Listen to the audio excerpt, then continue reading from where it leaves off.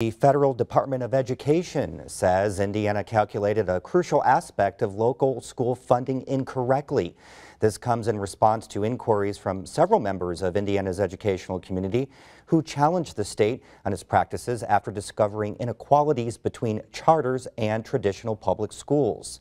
Rachel Morello from our State Impact Indiana reporting team shares the details.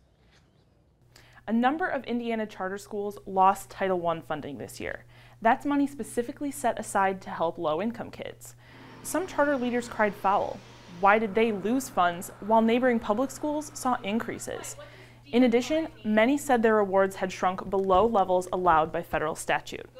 According to a provision called Hold Harmless, no school or local education agency can lose more than 15% of the previous year's allocation.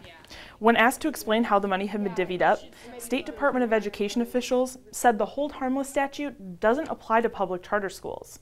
But according to the feds, it does. Check out this correspondence between federal and state officials.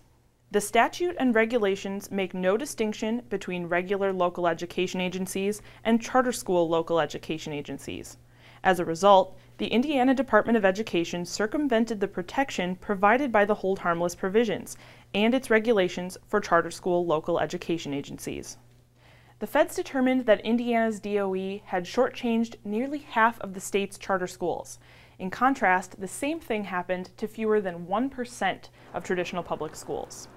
Federal officials told Indiana's DOE they will likely need to take corrective action to fix this year's award amounts.